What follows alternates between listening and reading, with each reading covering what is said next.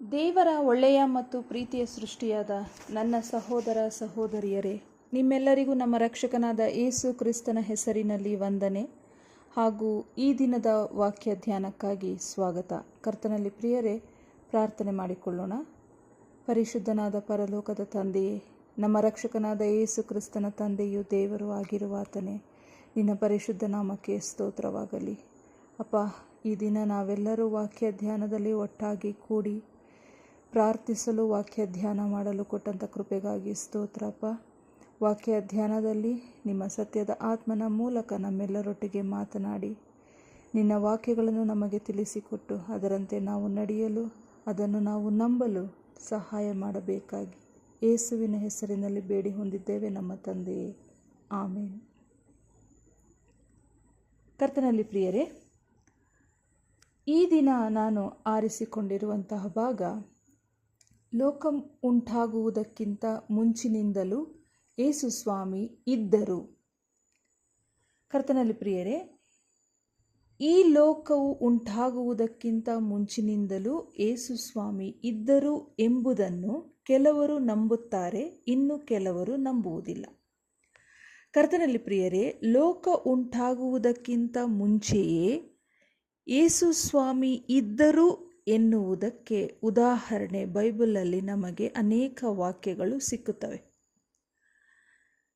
ಲೋಕ ಉಂಟಾಗುವುದಕ್ಕಿಂತ ಮುಂಚಿನಿಂದಲೂ ಯೇಸು ಸ್ವಾಮಿ ಇದ್ದರು ಎನ್ನುವುದಕ್ಕೆ ಅನೇಕ ವಾಕ್ಯಗಳು ಸಿಗುವುದರ ಜೊತೆಯಲ್ಲಿ ಯೇಸು ಸ್ವಾಮಿ ತಾನೇ ಹೇಳಿದ್ದಾರೆ, ಲೋಕ ಉಂಟಾಗುವುದಕ್ಕಿಂತ ಮುಂಚೆ ನಾನು ಇದ್ದೆನು ಅಂತ. ಈ ದಿನ ನಾನು ಅದನ್ನು ನಿಮ್ಮೆಲ್ಲರಿಗೂ ತಿಳಿಸಿಕೊಡುವಂಥವಳಾಗಿದ್ದೇನೆ. ಅದಕ್ಕಿಂತ ಮುಂಚೆ ಬೈಬಲ್ನಲ್ಲಿ ಇರುವಂಥ ಅಂದರೆ ವಾಕ್ಯಗಳು ತಿಳಿಸಿಕೊಟ್ಟಿರುವುದನ್ನು ಸಹ ನಿಮಗೆ ಉದಾಹರಣೆಯಾಗಿ ನಾನು ತಿಳಿಸ್ಕೊಡ್ತೀನಿ.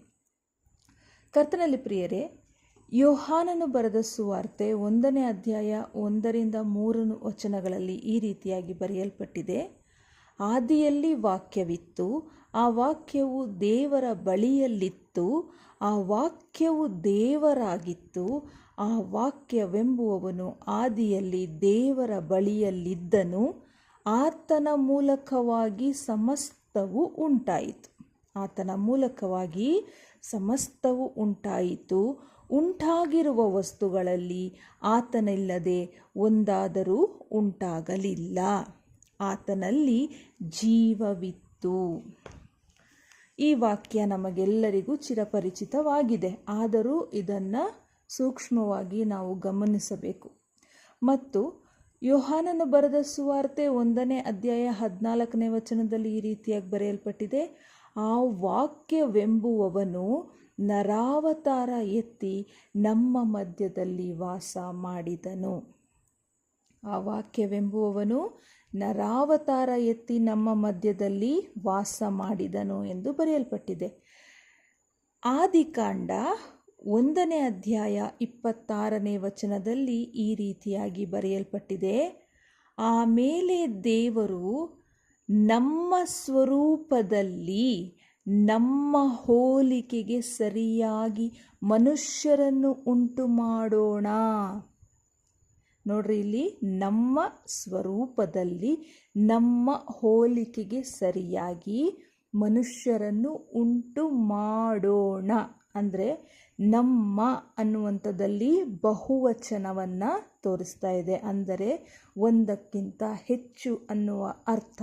ಇದೆಲ್ಲ ನಮಗೆ ಗೊತ್ತಿರುವಂಥದ್ದು. ನಮ್ಮ ಅನ್ನುವುದನ್ನಲ್ಲಿ ವಾಕ್ಯ ಸೂಚಿಸ್ತಾ ಇದೆ. ಆದಿಕಾಂಡ 3ನೇ ಅಧ್ಯಾಯ 22ನೇ ವಚನದಲ್ಲಿ ಈ ರೀತಿಯಾಗಿ ಬರೆಯಲ್ಪಟ್ಟಿದೆ, ಈ ಮನುಷ್ಯನು ಒಳ್ಳೆಯದರ ಕೆಟ್ಟದರ ಭೇದವನ್ನರಿತು ನಮ್ಮಲ್ಲಿ ಒಬ್ಬನಂತಾದನಲ್ಲ. ಯಾರಂತೆ? ಒಳ್ಳೆಯದರ ಕೆಟ್ಟದರ ಭೇದವನ್ನರಿತು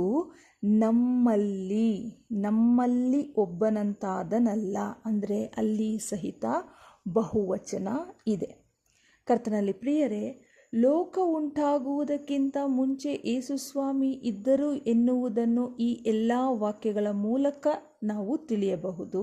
ಆದರೆ ಯೇಸು ಸ್ವಾಮಿ ತಾನೇ ಹೇಳಿರುವ ಪ್ರಕಾರ ಅದನ್ನು ನಾವು ನೋಡುವುದಾದರೆ ಯೋಹಾನನು ಬರೆದ ಸುವಾರ್ತೆ 8ನೇ ಅಧ್ಯಾಯ 57 ಮತ್ತು 58ನೇ ವಚನದಲ್ಲಿ ನಾವು ನೋಡಬಹುದು.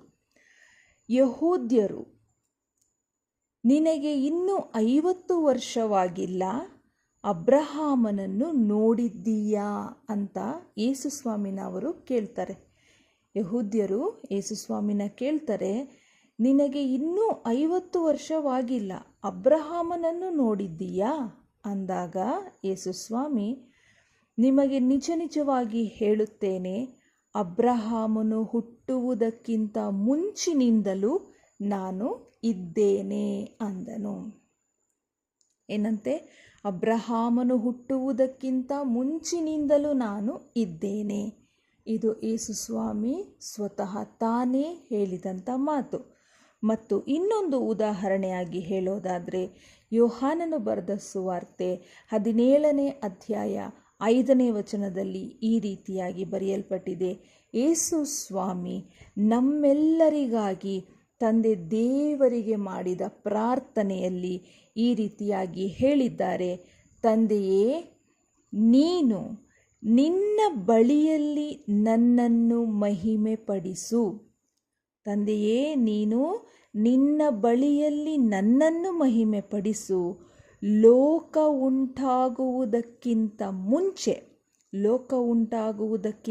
ಮುಂಚೆ ನಿನ್ನ ಬಳಿಯಲ್ಲಿ ನನಗಿದ್ದ ಮಹಿಮೆಯಿಂದಲೇ ನನ್ನನ್ನು ಮಹಿಮೆ ಪಡಿಸು.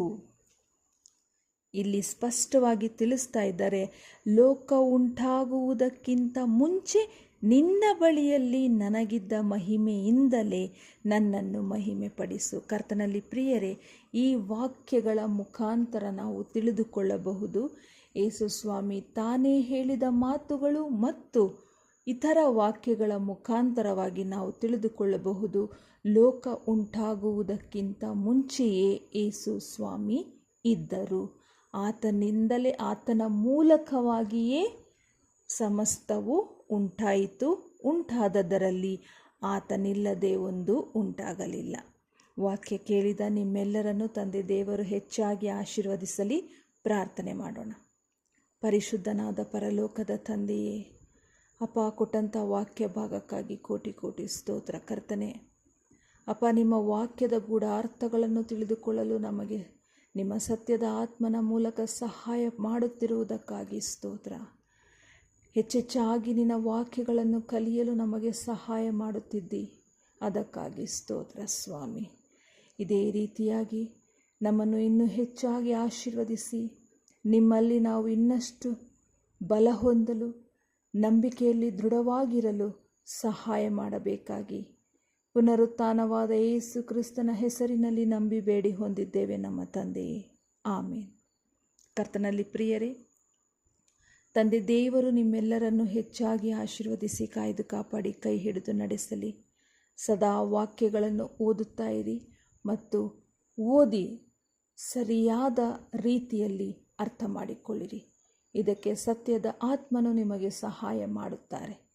ಪ್ರಾರ್ಥನೆಯಲ್ಲಿ ಕೇಳಿ ಎಲ್ಲವನ್ನು ಹೊಂದಿಕೊಳ್ಳಿರಿ. ಆಮೇನ್.